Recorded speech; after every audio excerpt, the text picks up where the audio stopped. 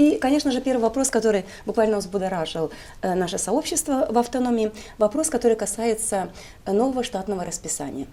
Главное управление образования заявило о том, что новое штатное расписание, которое разработано и было утверждено в конце января, не содержит должности преподавателя гагаузского языка. Главное управление утверждает, что более 70 педагогов могут остаться без работы и более 2000 учеников не смогут изучать, не учеников, а воспитанников детского сада не смогут заниматься и изучать гагаузский язык в детском саду. А глава Гагаузии назвала этот шаг ударом по гагаузскому языку.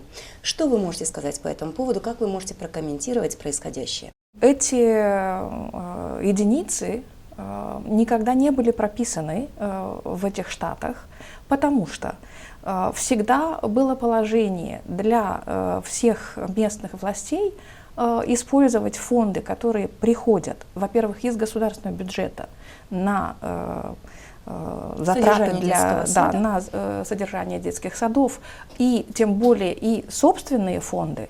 Всегда, и в 1999 году, когда были старые штаты персонала, там было прописано, что местные власти, то есть учредители детских садов, а в основном это местные советы, примарии, могут на свое усмотрение по мере надобности использовать для дополнения других штатных единиц.